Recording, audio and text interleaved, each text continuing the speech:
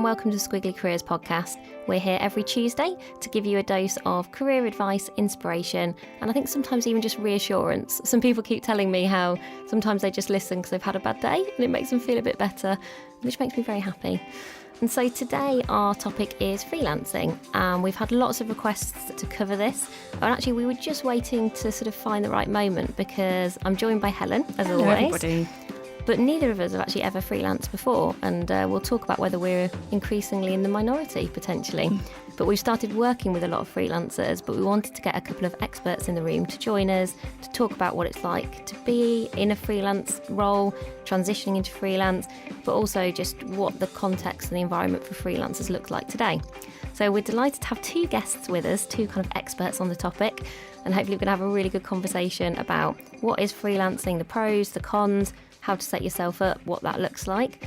We've got Matthew Knight with us. So Matthew is a freelancer, so he ticks that box. And he works in strategy and innovation. And interestingly, he's also the founder and chief curator of something called Leapers, which is a community for people who want to work differently. And perhaps we'll talk about whether that's work differently generally or freelancing specifically. And I thought to introduce ourselves today, we are recording this on the hottest day of the year. So I think we're probably about a week behind. So it'll be fresh in everybody's memory. And we often talk about within a squiggly career, you can go from feeling like you're thriving to surviving pretty quickly. So Matthew, welcome to the podcast. And how are you this week with all of the heat? Are you surviving, thriving mode, loving it, hating it? I've completely lost track of where I am or what I'm doing this week, and mostly due to the heat. Monday, I was in London. Leicester, I was in Tuesday, and a packed train coming back to London, sitting on the floor. Not fun. Yesterday, fortunately, I had a client who has air conditioning. So that is definitely one way of picking your clients, is based upon the environment which they can offer you, I think. That's probably a very relevant point. For us this week, for the creative agency where I work, we work in a WeWork, and on almost the second hottest day of the year, all of the water disappeared. So no toilets, no water to drink. And very importantly, you realise that water is connected to air conditioning. And so suddenly an 8th-floor WeWork was going, what do we do? So Old Street Roundabout cafes were very busy on that day. And that day definitely felt like a survival day, I think, for lots of different people. We also have with us Chloe Jeep, who's the head of research for IPSE. And you're a kind of research body, is that the right way to describe you? And kind of almost a membership body for people who work independently and are self-employed. And we'll talk a bit more about some of the stats and the facts so that we can talk objectively, because you sort of hear now, don't you? Everyone's freelancing, we're all doing it. And we'll start to quantify whether that's true or not. And Chloe, how's your week so far? Surviving, thriving, somewhere in the middle? I think it's a bit of a mixture. I get up and I feel fine. I get on the tube and it's absolutely I feel awful. Yeah. And then I get to work and it's freezing because they have the air conditioning on full power all day long. So it's a mixture this week, I think. Ups and downs every day, basically. It's, those moments where people who are on holiday this week are so smug. The amount of smug Instagram posts I've seen this week, which I'm like, it's fair enough. Yeah. So Helen, perhaps you could kick us off by just talking about, within the context of a squiggly career, why freelancing is becoming such a popular topic and area for debate. So if we think about the careers previously were quite linear, quite predictable, more staircase-like, what we look at is that people tend to stay in one mode, which often was like the traditional job, to be honest, employed full-time, kind of like that whole 9-to-5 thing. And when we look at squiggly careers now, which is sort of the predominant way that either people are working or moving towards, there is a lot more fluidity in how they're working. And that might be in terms of maybe the hours they're working, or they can work remotely. You know, people are moving between roles, in and out of companies more. So we have this context for careers that enables a lot more choice about how we work. We don't all have to work in the same way in that kind of same staircase path.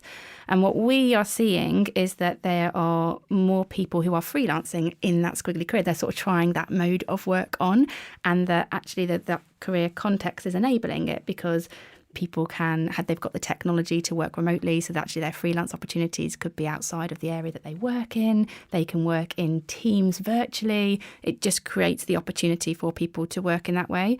So we're seeing that the context enables it, and as more people start saying, wow, actually this squiggly career thing's really good, I don't have to follow people's path, more people are talking to us and saying freelance looks like an opportunity that would be really interesting for me in this career. But I think people are a little bit scared of it. Like it's quite glamorized. So we see quite a lot about it. And I know we'll talk about the stats, but people are a bit fearful about how do I do it? Just as it's glamorized, there are also some kind of fear stories around getting paid and, where the power is. And if I do that, can I go back? And I think that'll be all really interesting things for us to get into today. But there is certainly, maybe let's move on to the stats, it's certainly an area that is increasing in interest, and it looks to be something that's increasing in a mode of career that people are interested in. Yeah, so when we think about kind of what is a freelancer, so let's just make sure that we all kind of feel clear about it. We were sort of thinking about what's the definition. I'd be really interested to hear both of your kind of perspectives around at what point do you go, I'm now a freelancer versus maybe doing side projects or working for myself. And my starting hypothesis was there are 3 things perhaps that all freelancers have in common: that you work for yourself, that you have multiple projects, and that you're managing your own time. So Matthew, as a freelancer, is that right? Are those 3 things all true for you? I think there's a really interesting distinction between freelance and self-employed. So most freelancers are self-employed. Not all self-employed are freelancers. And I think the main distinction that a lot of bodies tend to make is that freelance is a set of specialist skills in some way. Okay. But I think the definitions are really falling behind when it comes to work. And there are so many models of work that don't have a clear definition of what is and what isn't, around the gig economy, around models of work where you're effectively contingent on somebody providing you a pipeline of work. You're not in control of that. So whether that's 0 hours contracts or, Uber drivers. Yeah. But that also applies to the freelance sector to a certain extent, because you can't just magic a job out of the air. So I think a lot of people get wrapped up in the definitions. The thing which I find the most interesting about work at the moment is that we have the opportunity to design how we work. And that's the most important bit. It's not going, I'm going to be in a job, or I'm going to be a freelance. It's how do you want to work? What works for you? What's the right model? What's the right financial setup? Is it a balance of a multitude of things? Rather than thinking that there is a binary state between I've got a job or I'm freelance. Yeah. And Chloe, when you're looking at the research and you are looking at the stats, which we'll start to talk about, how do you define the freelance community when you're thinking about the self-employed freelance distinction? So we define them as those that are working in kind of the top 3 categories of highly skilled jobs. So those are kind of professionals, ones that require lots of skill, and they're also working for themselves and choosing where they work, when they work, and to an extent who they work for. Obviously, you can't always say no to a client if you need the money. But yeah, we struggle, and there's actually no legal statutory definition of self-employment or freelance. And that causes a lot of the issues that we find around the self-employment sector, because no one really knows who fits into this category. There's no agreed definition of who is, who isn't. And that's how we run into a lot of difficulties in terms of, tax and legal issues. Yeah, and I suppose sweeping generalisations made to people who could actually be doing very different types of roles in very different professions.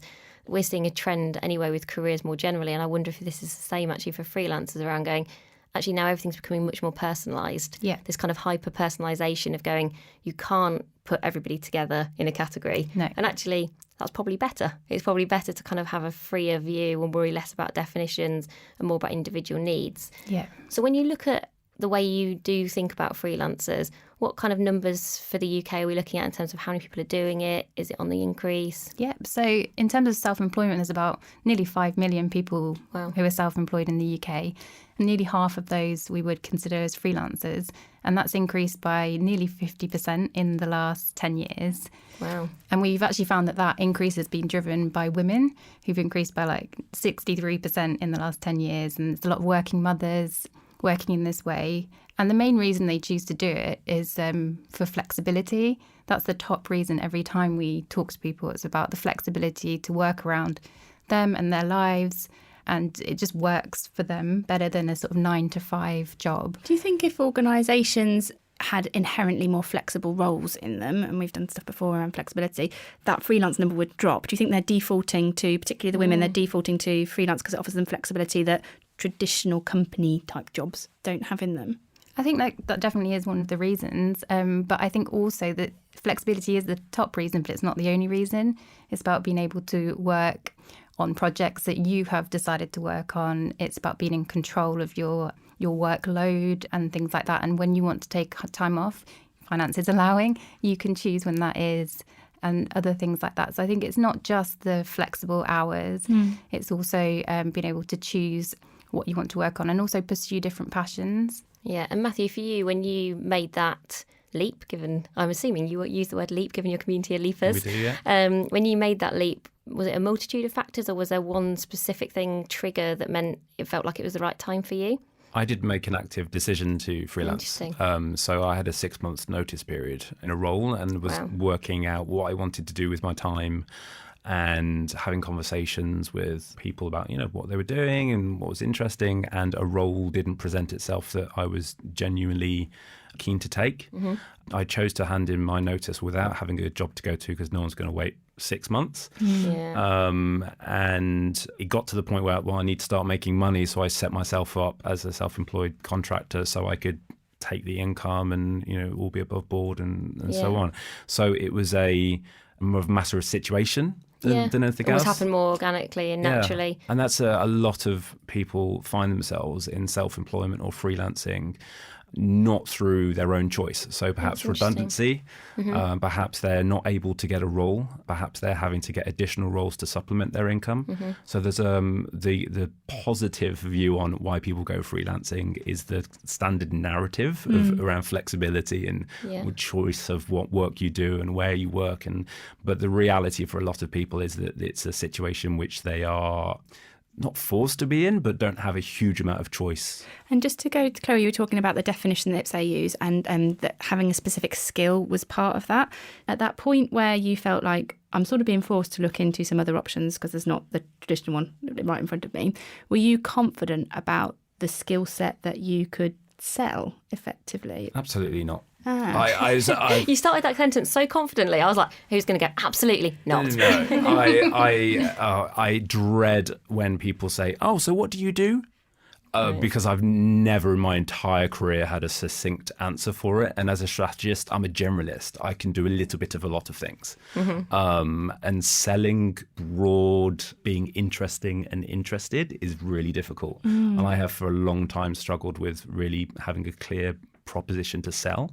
And the second thing is I'm not a salesperson. I'm really good at what I do. I'm really bad at finding it and selling myself and getting that stuff out there and marketing it. And there's one of the big things that a lot of people don't consider when they go freelancing is you are a craftsperson. You are that highly skilled individual, but you're also the marketing guy and the sales guy and the accountant and the person who takes out the bins and the person who does the laundry. And suddenly your world becomes so much more than just the work which you're brilliant at. It's a completely different mode of you're running a business. Yeah.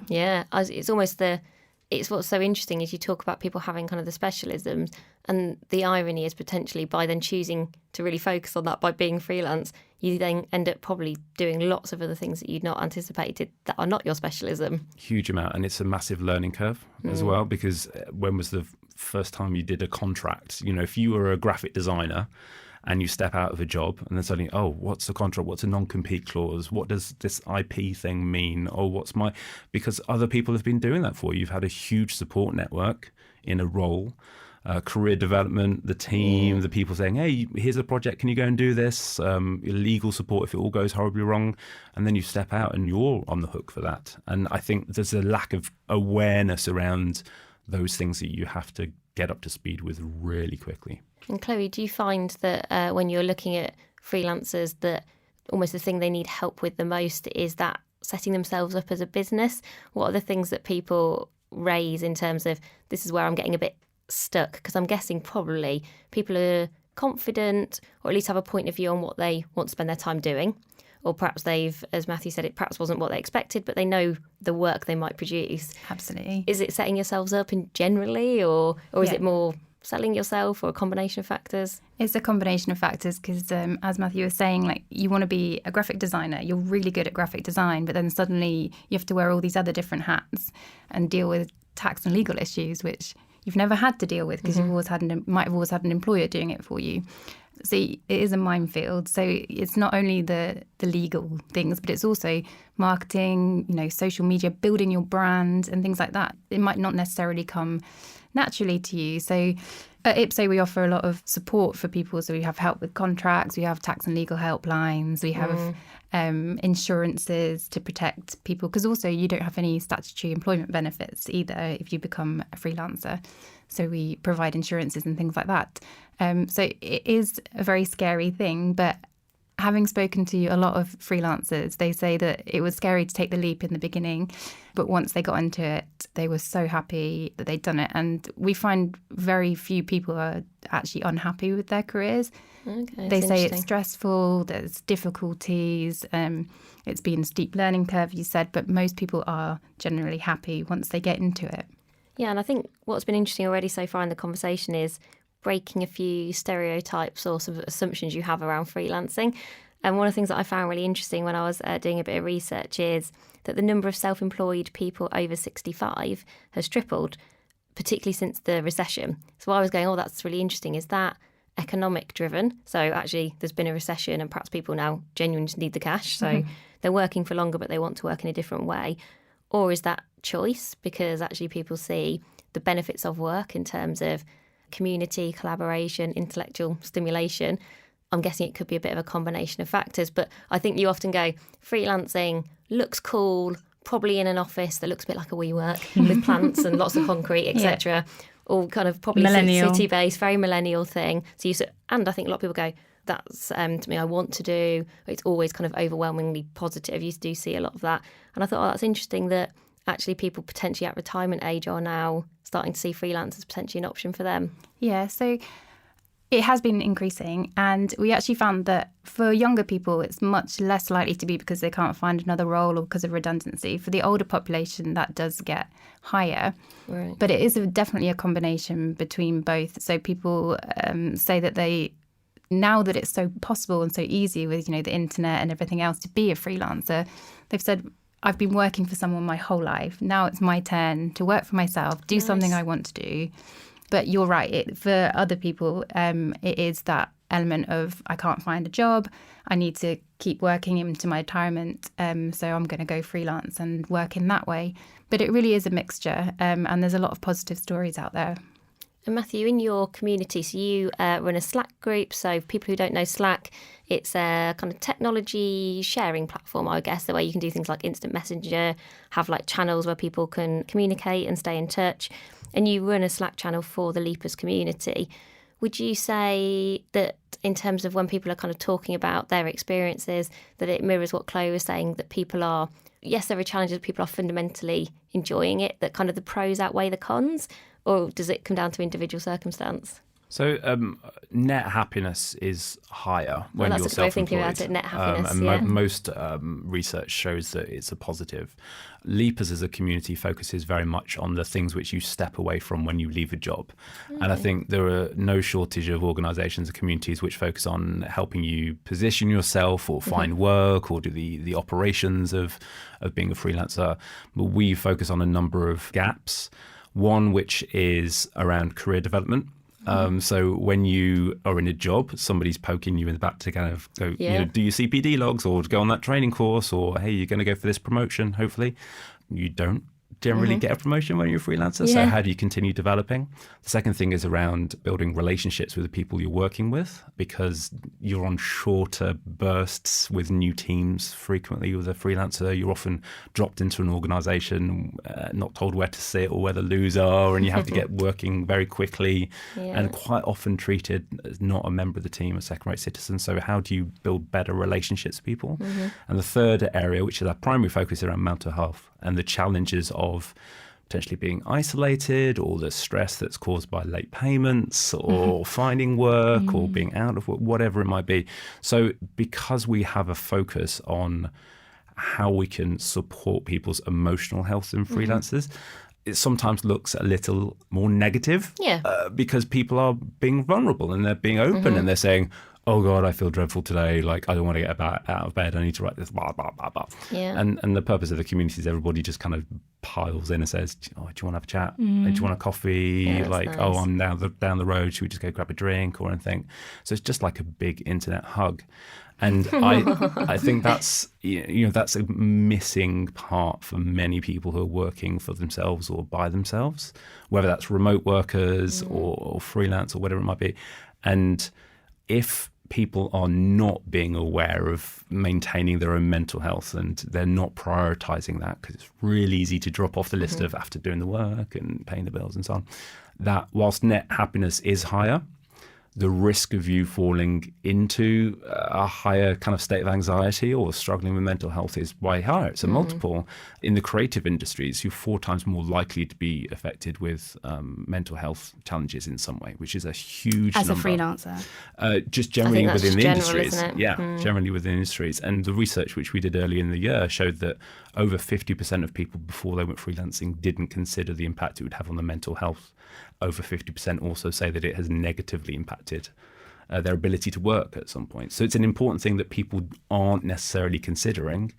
And I think it's an essential part of any conversation. And employers are doing a brilliant piece to support the mental health of their employees. But if you don't have an employer who's looking for out for you. It's a really interesting kind of point to move on to, I think, about if someone, part of the reason we started the podcast on freelancing today is because people in our community are considering it and they're kind of asking us questions. And so if somebody is listening to this and they're thinking, I think this could be a thing that I'd like my squiggly career to include, and maybe I'm still in a traditional role at the moment, as part of a transition, perhaps to a freelance future, maybe not the long term or medium term, but it's just part of their future. You mentioned there about people aren't considering the implications of their mental health. I'm sat at home, I'm thinking about it, I'm listening to Matthew and I'm going, okay, so I need to consider my mental health. I'm going to make this move and a couple of other things that would be good for us to talk about. But what does considering it look like? What practically should they do as when they transition? Number one, having that question, like just, I need to consider it. Yeah. You just having the awareness and thinking about it and a little nudge Yeah. that goes, I just need to check in with myself, or I need to go and hang out with a friend and just share how I'm going. That just active consideration of it is probably the most useful, tangible recommendation. Yeah. And the second thing which kind of plays into that is build yourself a support network. People who understand the experience. It's great having friends and family, but I think when you are self-employed, you understand the challenges, and it's great to have those people around you so you don't have to explain and then ask for help or support. You can go blah, blah, blah, and they're like, I get it. Yeah. So having a support network in some form, whether that be an online community or, in a co-working space or people that you talk to on a regular basis, that's absolutely critical. And I think the third thing is just put the things in place that you want to design around. Don't just step into it and expect that things are going to work. Reading all the articles, I've got like the freedom, clients are going to be coming out the woodwork. It's going to be mad. Design how you want it to work, what it looks like. Are you going to be doing it 5 days a week, or are you only going to do like Monday, Tuesday, Wednesday? Do put some boundaries in place, design what you want it to look like. And then you have an understanding of if it's not working, if like, oh God, I'm doing every single weekend, or it's not, then at least you know that something needs to be corrected. So it's all about awareness.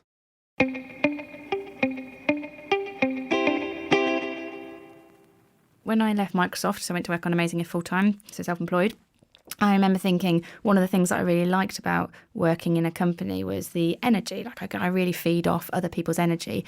And so I moved very consciously and thought, I don't want to be in my house 5 days a week, because 1 or 2 days I quite like it because I like the focus. But after 2 days, I really feel myself like depleted. So I consciously thought I got like a membership of a members club, and sometimes I don't ever meet anybody there, but I'm just surrounded by people and it makes me feel energized. So I don't think I intentionally was like 5 things I should do, but I think that design a career in a flexible future and a freelance future that works for you, and that might be different for Matthew, might be different for Chloe and Helen or Sarah, is a really important part of that transition. Would you add anything else, Chloe, that you think if someone's thinking about moving towards freelance, what should be in their like checklist of things to do?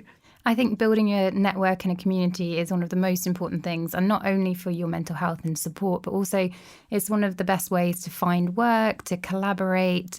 Most people find out about work opportunities through word of mouth. So having that community, going to events, networking, meeting people, I think is one of the key things. And also if you're just thinking about it and you're not a freelancer yet, then actually starting to do that, talking to people who are already doing it, getting their views, that's a good getting idea. their support. Is that hard for an introvert to do? Well, that was going to be my next question. Stolen my next question. I was just waiting to do that. Well, I'm an introvert. So, do you know, I was listening to Matthew going, you go into a building for the first time and you don't know anyone. And I was thinking, that's my worst case scenario. That's starting a new job. As an introvert, starting a new job, I have always found really hard. Yeah. I sort of need that 2 months of people here. I recognise them. I sort of feel comfortable. But I always find meeting new people really hard, very kind of energy depleting. And therefore, as a freelancer, I was thinking if I was going to be a freelancer, does that mean I'm not very well suited to it? Because actually I would find that really hard. Not necessarily. There's lots of online communities as well if you're not very confident sort of doing the face-to-face. And a lot of these events have wine, so wine always helps. I like that, Chloe. You've gone really practical. The future of freelancing. Wine. But no, online communities can work for people who aren't necessarily as extrovert and don't want to go out and meet or don't feel as comfortable. But I think one of the main things to consider as well is about building your confidence and like almost putting like a freelancer hat on. This is not me. This is me as a freelancer. So it's like a different persona. Okay. And I'm now a business that I'm selling. So it's kind of trying to step into a different mindset, I guess. Is that what you do, Matthew? I saw you sort of, people can't see, but when I said introvert, Matthew got so enthusiastic there and put kind of both hands up. So I'm guessing you relate to that. I identify as introverted, yeah. So how do you find the turning up and trying to sell and meeting new people? Really bad at it. And again, coming back to design, I design my week around that. So I generally front load the week with people time.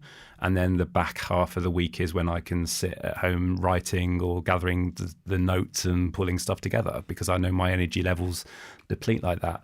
But if you're aware of those things, it allows you to go, well, actually, maybe I don't want to start with a new team every single week. So I'm going to look for longer term contracts. Nice. Just because you're freelance, it doesn't mean you're with the new team every week. You could find a 6 months, 12 months, 2 year contract. It's still freelancing.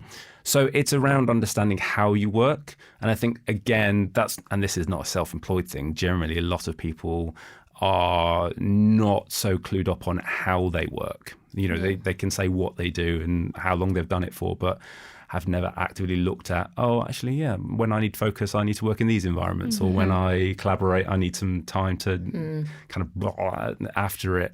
And when you're freelancing, because you don't have anybody else that is taking that slack a lot of the time, you really need to just make sure that you're designing that day or that week in the best possible way.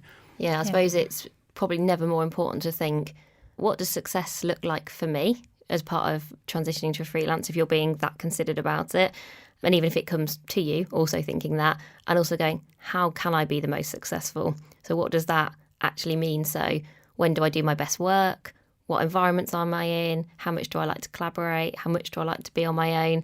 It's interesting, like Helen and I, introvert versus extrovert, but we actually have the same kind of insight and observation around not wanting to be by ourselves too much. Because my problem is as an introvert by myself, I just turn into a hermit. I'm never going to leave the house, and I just find that I then almost find it even harder to leave because you just sort of get more and more clothes. So actually, I'm like Helen, I very rarely sit at home at work. Even if I'm working from home, I'm usually in a cafe environment or a park environment. I will try and be somewhere with people around me, and somehow you can recognise 90 minutes, 2 hours of really good quality work versus sitting at home where something about it just doesn't feel as high energy and doesn't seem to produce the same results for me. What we'll do in the resources that we post to go along with this on the podcast page on our website, which is amazingif.com for people, we'll include a link to an assessment of introversion and extroversion. So people, if you're listening, you may intuitively know it, but if it's something you've not done before, we'll give you like a free link, and it might just help you to see where you sit on a scale of either you're an introvert, maybe you're an ambivert, which is somewhere in the middle, or you're an extrovert.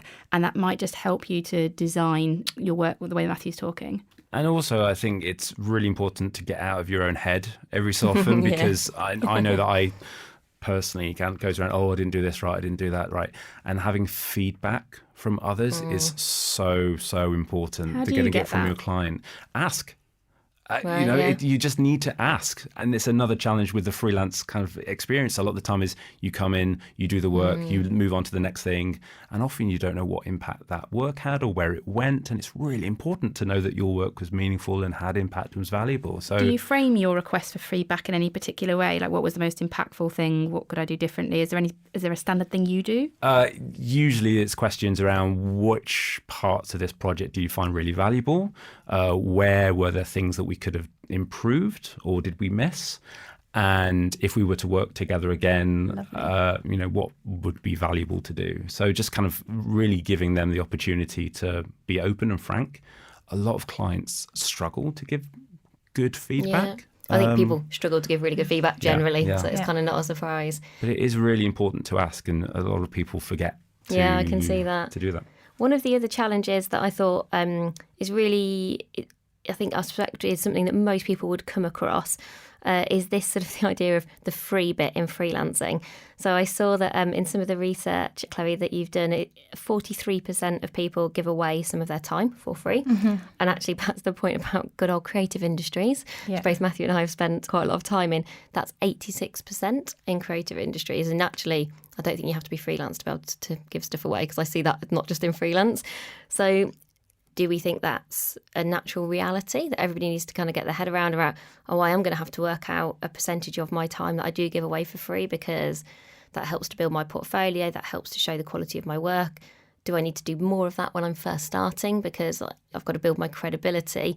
Or actually, is it more about going, no, that's actually not the right thing to do and you need to stick to your guns? What do you find? So we've got a whole policy team at IPSE who are working on a lot of different issues, and this is one of the ones. So no free work, basically. We're saying you'd say no, like just don't do it. We're saying that your work is valuable, it's a skill, you're working, you're producing work. And this comes to another of the issues that we find is people's confidence about valuing their work and setting their day rates and things like that. So we're trying to do a lot of training around that, a lot of education to make sure people are valuing their work. Because I think when people go out into the world as a freelancer, they think, oh, well, is anyone going to pay me for this? So they think, I better do some free work so I get a portfolio. But we're trying to change the attitude of clients and the freelancers to say that people should be paid for the work that they're doing. Yeah, when you say it like that, you're like, yes, of course people should be paid for the work that they're doing. But it's hard, isn't it? It is. And the other issue we find is late payments as well. So they're getting paid for it, but it's coming too late. And that's really difficult. With the regular payment, that's kind of normal as a freelancer. You always have different rates of income. It makes it very hard to plan if those payments are coming in late. And we find that people are spending so much time chasing these late payments. So it's not only that they're not getting paid, it's that they're spending extra admin time chasing the payments. And we don't think that's acceptable. So we're lobbying government. And we've had quite a good success with the Small Business Commissioner, who's now got the powers to fine larger companies that are late payers. But we're still really pushing on that work to make sure that it's not acceptable because a larger company has their whole legal team behind them to make sure they're paid on time. As a freelancer, you're just this one person kind of knocking at the door. Is there a Glassdoor equivalent for freelancers where there is? I'm getting nods. What is the Glassdoor equivalent for freelancers? Well, there's a handful, but the main one is Freelance Circle, which is predominantly focused at the creative industries. So anonymous feedback on agencies. And also they are working with organisations to help provide feedback to freelancers. It's essential that this is a relationship. It isn't a transactional process, that you're trying to build relationships with people that you trust and you can work with them again. And that it's really important that you recognise that the organisation gets something out of this as much as the individual. And that's the shift that I'd really like to see in freelancing, is that it's not overflow or outsource or, we've got to get somebody in. It's specialist talent, somebody that you're going, I really value your work. We're bringing you in because you can do a brilliant job and we don't have this skill internally and we want to work with you. But an individual could go to that website and then if they were going to work for a certain company, could see some of the anonymous commentary, to identify potentially are they a great payer or not a great payer. Is there any like IPSE looking like a quality mark or anything as well for organisations that we do good work with freelancers? Like a standard like a almost. standard. So we're looking to have a code of conduct and a traffic light system. That's what we're asking for, so that people can be aware of who they're working for and, choose to or not to work with the certain people if they're badly rated. What's nice about that, I think, is I was trying to think in my head around who has the power. When you talk about employee versus employer power, who has the power in kind of the freelance kind of situation? Is it the individual or is it the organisation? And I guess at the moment there's quite a lot in probably with the organisation because some of these things don't exist. And often, to Matthew's point, maybe it's how you view the use of freelancers. So if they are, I was reading quite a lot about people using them last minute, almost like emergency plaster stickers, it's like got no other option and you're just literally bringing them in these kind of peak periods versus going, I'm bringing you in because I really value your skills, in which case the equity feels a bit more balanced there. What do you find, Matthew, when you're doing your freelance? Do you feel like you do kind of control your own time, you can choose your own projects, or does that reality change month to month? It changes. It's really down to the organisation, the person you're working with. The best projects are the ones where it is a partnership and you realise there's value on both sides, and the worst ones are where it's like, just do this, please. And maybe not without a plea, no please even. Yeah, just do this. and so many things go out of the window when it's that rushed, we just need to get someone in. So diversity, inclusion goes out of the window. It's just like who's available for the right price at the right time, just get them in and get them started. And that doesn't create great work. It doesn't create happy people. The interesting shift that we're seeing, again, in the creative industries is agencies are increasingly using external talent by design rather than overflow. So they're saying, well, actually, we don't have staff. We're completely a virtual agency and everybody on our books is self-employed, and we design a team, bring those specialists together for the right time and the right project. Such an interesting model of work, I think. Really, and then the power dynamic is really interesting, because if those organisations are not treating their people fairly, there's nothing to stop them saying, well, we're not going to work with you. So I think the dynamic is shifting. We've got a long way to go, but points of not doing free spec work and getting paid on time and all of those things, we just have to be really firm. And it shouldn't be a discussion. It's not do you sometimes? Like, no, it's just a firm no. Because every time there is a conversation, it's like, maybe this time it gets it harder for everybody to be able to say no. I saw a brilliant thing on a BBC article I was reading where apparently this guy responds, if he ever gets asked to do stuff for free, he responds and says, I'm just going to check with my mortgage lender whether they'll let me have a month off for free. And so it was quite tongue in cheek, but I really enjoyed it. It really made me laugh because he was sort of mirroring back but the realities of my life is I still have to pay my bills. And it's still all exactly the same. And it's almost like, Chloe, when you said it out loud, you go, actually, that isn't reasonable. That's not a good thing to do. So we're going to finish in a minute with kind of resources and things that people can go to that might be useful if you're already in a freelance role or thinking about it. Before we move on to that, if you were to both kind of summarise your advice for kind of freelancers, so with all of your expert knowledge, Chloe, and your kind of direct experience, Matthew, and running this community, if you're going, the one thing to think about is this, if you're kind of thinking about getting started, or perhaps even if you're started, what would the one thing be if I kind of made you pick, Chloe?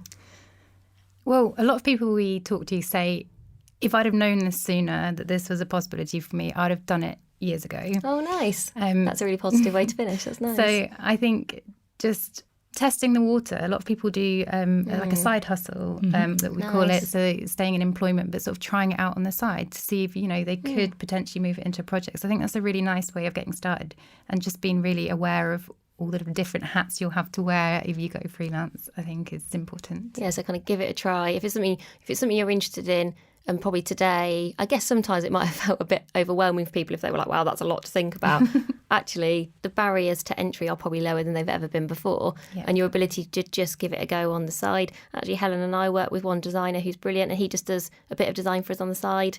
Whether he's choosing to try out freelance life or not, he sort of is a bit, just by accident or design, because he's just doing a bit of extra work for us. And that's probably giving him a bit of insight into, he has to do an invoice for us. And, some of the probably less glamorous bits. What about you, Matthew? What would your kind of parting thoughts be for people? Completely agree with Chloe. And I would also say, don't fake it until you make it. If you're struggling or you don't know how to do something, or you're like, oh, this is a bit awkward, be vulnerable. Like, find those people that you can share that with and say, how did you approach this? Or what would you do in this situation? And just the act of saying it out loud a lot of the time can help you work it through.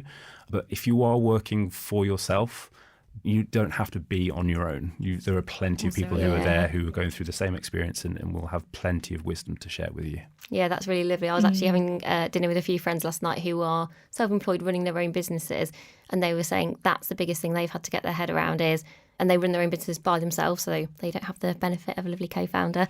And they were saying to me, oh, we really wish we had a co-founder. And I sort of said to them, well, perhaps just think about it differently. Just try and, you need to sort of go and find your tribe, find other people who are also starting their own businesses. You don't need to find someone to run a business with you. And I think it's just thinking about that a bit differently. So some of the resources that might be useful for people. So we'll post all these on our podcast post on the website. There's a brilliant article I found on the Muse, which is really comprehensive in terms of everything I think you need to get started to understand more about freelance life. I really like the fact that it listed loads of apps that are useful, people to follow, resources you can get for free, lots of kind of technology. So that is quite a long read, actually, in the world of 3 top tips. It's like the exact opposite of that. 100 things you need to know. I actually quite enjoyed that, though. I was like, oh, it kind of came at it from all angles. So I felt like if you were going to read one thing that got you thinking about all the right sort of things, that was really helpful. We've mentioned a few times that Matthew runs the Leapers community on Slack. That's free for people to become part of. How do people find out more about that, Matthew, if they were going, well, actually, I'm already a freelancer and I'm really interested in the career development, the mental health aspects that you talked about.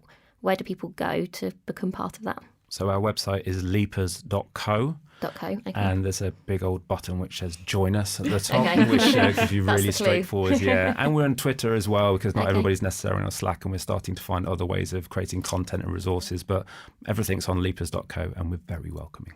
Oh, and actually, we both follow you individually on LinkedIn. That's what I was going to say. You always share your resources on LinkedIn, I think, or I feel like I get lots of helpful advice from you on Absolutely. LinkedIn. And we just try and push it all out there, because I think it's difficult, right? And the more content we can create and the wisdom which we can share, then everybody benefits from that. And I found a very specific Instagram account, which somebody recommended to us actually last week, which is called Freelancing Females.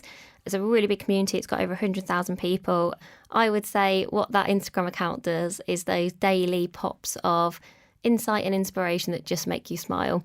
So it talks about things like the wheel of trying to get paid and thinking, I'm really excited about this project. Oh no, this project is killing me. Oh, I'm nearly done. Oh, I've not been paid. Oh, I've been paid. Hooray, go out for a meal. Oh no, I need to find a new project. So just some really funny, quite knowing insights. And actually some of the books that we've recommended, they've borrowed some of their illustrations. So that's really nice to follow. Chloe, if people wanted to become a member, where do they go? What are kind of the advantages of kind of being part of IPSE? We currently have about 75,000 members. So you can go to ipse.co.uk and find out all our membership packages. They offer things like insurance cover. So if you're... You've got long-term 3 weeks of illness, so we can provide insurances. For example, if you have jury cover, because you can't work. All these little things. It just doesn't occur to you, yeah. There's tax and legal helplines. There's lots of resources, how to set up as a business or as a freelancer. We also have lots of free content, news, policy areas to think of, and lots of my research is on there as well to find out what's going on in the sector. Yeah, there's one that we spotted, I think it was called Be Your Own Boss. Be Your Boss, which looked like it was a really kind of helpful, everything in one place. If you are listening and you know of other resources, because I'm sure there'll be lots of people listening who are already aware of things that we've perhaps not mentioned, if when we post this on Instagram, usually it's on a kind of Tuesday morning, depending on what time Helen gets up that day and what else she's got on, please do comment on Instagram and share other things that you have found really helpful for the benefit of the community. We will then bring all of those things together and make sure that when we post on the website, it's got everything on there. So even more kind of inspiration from everybody who listens to the podcast. So if you have got something, just keep a lookout on Instagram for the post. We're just at AmazingIf, and just benefit everybody else, hopefully, by sharing your words of wisdom. So that's it from Squiggly Careers and from Sarah and I. And thank you so much, Matthew and Chloe. Really appreciate your time and all your expertise and wisdom. We'll be back next week with another episode, and we'll see you all then. Bye for now.